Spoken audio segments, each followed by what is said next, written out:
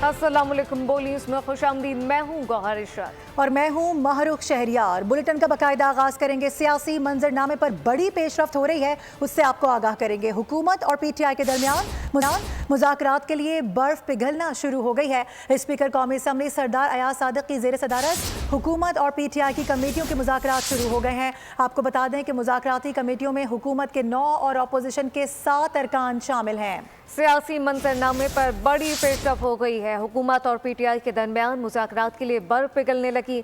Speaker कौमी assembly सरदार अयाज सादिक की ज़ेर सदारत हुकूमत और पीटीआई की कमेटियों के मुज़ाकरात शुरू हो चुके हैं, जबकि मुज़ाकराती कमेटियों में हुकूमत के 9 और अपोजिशन के 7 अरकान शामिल हैं। हुकूमती मुज़ाकराती कमेटी में सागदार इरफान सिद्दीकी, राना सनाउल्लाह, नवीद कमर, राजा परवेज़ अशरफ, खालिद मकबूल सिद्दीकी मौजूद हैं। जबकि पीटीआई मुज़ाकराती कमेटी का अगर जिक्र करें तो उमर अयूब, अली अमीन गंडापुर, साहबजादा हामिद रजा, अल्लामा राजा नासिर अब्बास और असद कैसर शामिल हैं। स्पीकर ने फरीकैन को बगैर शराइत मेज़ पर बैठने की तजवीज़ दी है। इस मुतालिक आपको बताएं कि सियासी मंजरनामे पर यह बड़ी पेशरफ्त है।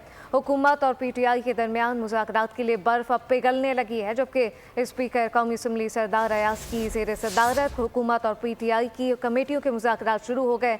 मुज़ाकराती कमेटियों में हुकूमत के 9 और अपोजिशन के 7 अरकान शामिल हैं, जबकि हुकूमती मुज़ाकराती कमेटी में सागदार इरफान सिद्दीकी और दीगर शामिल हैं। इस मुतालिक मज़ीद क्या तफसीलात हैं, अली शेर से जानते हैं। अली बताइएगा, क्या माहौल देख रहे हैं, मुज़ाकरात होने जा रहे हैं?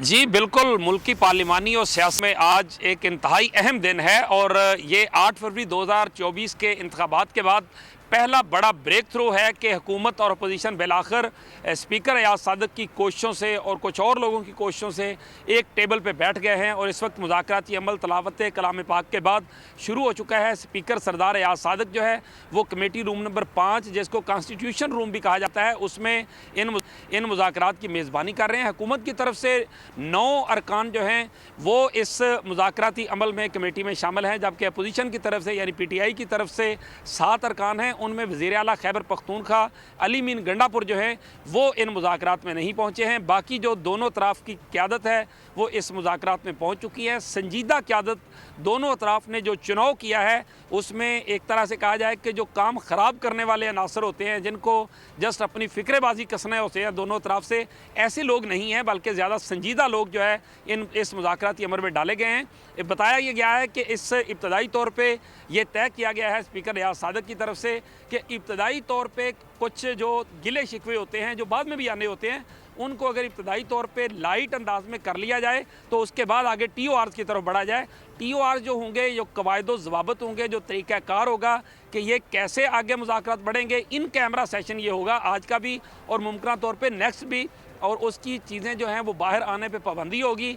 किसी किस्म का मीडिया को या किसी और को आगाह नहीं किया जाया करेगा, ताकि जो अंदर की सूरत हाल है वो अंदर रहे, और अगर कोई किसी तरह का तनाव भी पैदा होता है तो उसको बाहर पब्लिक में तनाव की सूरत में आने की बजाय उसको अंदर ही कवर किया जाए इजलास में। मकसद जो दोनों तरफ से बहरहाल अब तक का जो हम एक गैर जानबदारी की नज़र से देख रहे हैं, तो उस सिचुएशन में दोनों तरफ से संजीदगी नज़र आती है, क्योंकि इसमें पाकिस्तान का ही फ़ायदा है, पाकिस्तान की अलीशेर, मैं आपको यहाँ पे इंटरप्ट करूंगी। बिल्कुल आप सही कह रहे हैं कि इसमें पाकिस्तान का फ़ायदा है और पाकिस्तान के लिए यही आगे बढ़ना है, यही इस मुज़ाकरात का मिशन भी है। लेकिन आपसे जानना ये चाहेंगे, थोड़े से जो तहफ़्फ़ुज़ात का इजहार किया जा रहा था हुकूमती इत्तेहाद की जानिब से, वो ये कह रहे थे कि मुज़ाकरात की बातें हमेशा होती हैं, लेकिन अंदर जेल में बैठा जो बानी है उसके हवाले से क्या खबर आ रही है? वो इन मुज़ाकरात के लिए तैयार हैं या फिर ये मुज़ाकरात फिर बेनतीजा निकलेंगे? देखिए, ये इल्ज़ामात हैं, मैं इसको ज़्यादा अहमियत इसलिए नहीं दूंगा। दोनों तरफ से, हुकूमत की तरफ से भी इल्ज़ामात और उनकी तरफ से भी। अब हुकूमत की तरफ से आपको याद होगा कि हुकूमत कहा करती थी कि वो पहले 9 मई की माफ़ी मांगी और उसके बाद टेबल पे बैठे। दूसरी तरफ से कहा जाता था कि पहले 8 फरवरी जो है या 9 फरवरी का जो भी इलेक्शन था उसके मामले पे जुडिशल कमीशन, फिर वो 25 मई की बात करते थे, फिर ये अभी 24-26 नवंबर का जो सारा मामला हुआ इसकी बात करते हैं। तो दोनों तरफ से ये बातें कहने को तो बाहर मौजूद है, लेकिन प्रैक्टिकली एक तरह से ये मुज़ाकरात गैर मशरूत हो रहे हैं। ये दोनों तरफ से इस बात का एहसास किया गया है कि अगर हम मुज़ाकरात में बैठने से पहले ही शर्तें लगाना शुरू कर देंगे तो ये फिर मुज़ाकरा शुरू ही नहीं हो सकेंगे। तो इस तरह से प्रिंसिपल बिल्कुल। स्टैंड दोनों तरफ से ये है। कहने को तो कल भी अहमद रजा साहब ने ये कहा था कि हम बानी पीटीआई की रिहाई के अलावा बात नहीं करेंगे। बिल्कुल, हम वो लेकिन हमारा आज ये कहा जा रहा है कि अच्छा है कि पाकिस्तान को, मुल्क को अगर आगे लेकर बढ़ना है तो किसी किस्म की कोई शर्त नहीं होनी चाहिए, पहले बैठें, बात करें, जो भी नतीजा निकलेगा फिर वो अवाम के सामने रखा जाएगा। बहुत शुक्रिया, आपसे मजीद भी जानते रहेंगे अली शेर। हुकूमती मुज़ाकराती कमेटी ने बातचीत को ही मसले का वाहिद हल करार दे दिया है। इरफान सिद्दीकी कहते हैं कि बड़े दिल और अच्छी तवक्कुआत लेकर मुज़ाकरात के लिए जा रहे हैं, हमें अच्छे नताइज की तवक्को है। खालिद मकबूल सिद्दीकी ने कहा कि सिविल नाफरमानी का मसला भी टेबल पर होगा, ये बातचीत मुज़ाकरात पर ही हो सकेगी। बड़े खुले दिल के साथ और खुले दिमाग के साथ जा रहे हैं, अच्छी तवक्कुआत के साथ जा रहे हैं। हमारे पेश नज़र पाकिस्तान है और पाकिस्तान की तरक्की है, पाकिस्तान के अवाम है, पाकिस्तान की खुशहाली है। अच्छे मकासद के साथ, अच्छी नीयत के साथ माजी को एक तरफ रखते हुए हम जा रहे हैं और तवक्को रखते हैं कि ये जो मुज़ाकरात शुरू हो रहे हैं इससे अच्छे नतीजे। सर, ये उन्होंने ड्राफ्ट तैयार किया, उसमें 5000 बंदों की कोई लिस्ट है कि उनको सियासी कैदी उनको छोड़े। अखबारात में बातें हैं, मीडिया में बातें हैं। आज वो जब टेबल पे बैठेंगे हम देखेंगे कि फार्मली वो हमारे सामने क्या चीज़ लेके आते हैं, उस पर बात होगी। सर, अगर इस तरह के लेके आ जाते हैं, फॉर एग्जांपल इमरान खान साहब पे का, बात नहीं कर सकते। एक तरफ मुज़ाकरात हो रहे हैं, दूसरी तरफ सिविल नाफरमानी की कॉल हो रही है, तो बीइंग अ पॉलिटिशियन आप क्या समझते हैं कि इसके क्या असरात होंगे? ये मसला और ये एतराज़ भी जो है वो मकालमे की शक्ल में हो सकता है। मुज़ाकरात होंगे तो कोई बताएगा भाई आप ये क्या कर रहे हैं। क्या वो बातचीत कामयाब हो सकती है जिसमें शराइत पहले ही रख दी जाए? नहीं होगी। हुज्जत तमाम करना बड़ा ज़रूरी होता है। बराह रास्त रुख करेंगे इस वक्त इस्लामाबाद का। होनहार स्कॉलरशिप प्रोग्राम है, मरियम नवाज़ इस वक्त चेक तकसीम कर रही हैं, तलबा में देखा जा सकता है। ये तकरीब इस वक्त जारी है, होनहार स्कॉलरशिप प्रोग्राम। वज़ीर आला पंजाब चेक इस वक्त तकसीम कर रही हैं। इससे कबल भी अपने नाज़रीन को बताएं कि इसका एक सेशन हुआ था जिसमें वज़ीर आला पंजाब की जानिब से तलबा को चेक्स तकसीम किए गए थे और स्कॉलरशिप के हवाले से भी काफ़ी ज़्यादा इस पर बातचीत की गई थी। पहले आयशा सादी आप आ जाएं यूसुफ चकवाल से।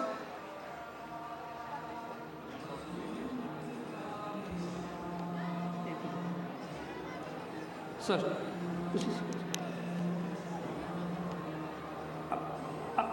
Abdullah Yusuf, FAST university.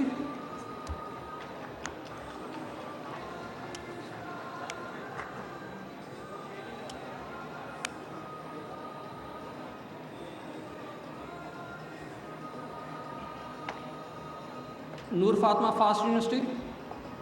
यार एक एक करके करना यार, टिक करते अब्दुल्ला यूसुफ, आप ले प्लीज। अब वो किसको बुलाना नहीं पड़ेगा। होनहार स्कॉलरशिप प्रोग्राम तकरीब इस वक्त जारी है। मरियम नवाज़ मौजूद हैं, चेक तकसीम कर रही हैं।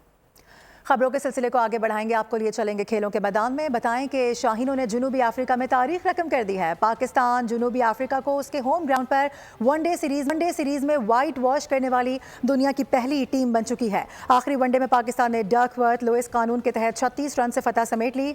308 रन के ताक़ुब में मेज़बान टीम 271 रन पर आउट हो गई। साइम अयूब ने शानदार सेंचुरी स्कोर की। इसके साथ साथ रिजवान और बाबर ने निस्फ सेंचुरियां बनाई। स्पिनर सुफियान मुकीम ने 4 शिकार किए। जनूबी अफ्रीका के खिलाफ तारीखी कामयाबी पर कप्तान मोहम्मद रिजवान खुश हैं। फतह का क्रेडिट नौजवान खिलाड़ियों को दिया। जोहान्सबर्ग में प्रेस कॉन्फ्रेंस करते हुए कहा कि सीनियर और जूनियर खिलाड़ियों के कॉम्बिनेशन से अच्छे नतीजे सामने आए। पाकिस्तानी ओपनर साइम अयूब ने शानदार फॉर्म का सिलसिला जारी रखते हुए जनूबी अफ्रीका के खिलाफ तीसरे वनडे में सेंचुरी दाग दी है। साइम ने 94 गेंदों पर 101 रन बनाए। पाकिस्तानी ओपनर्स ने सीरीज में 2 सेंचुरियां स्कोर की हैं। आपको बता दें कि मैच और सीरीज के बेहतरीन खिलाड़ी भी करार पाए हैं। साइम अयूब ने अपना अवार्ड टीम के नाम कर दिया। सब्सक्राइब करें और बेल दबाएं ताकि कोई खबर रह न जाए।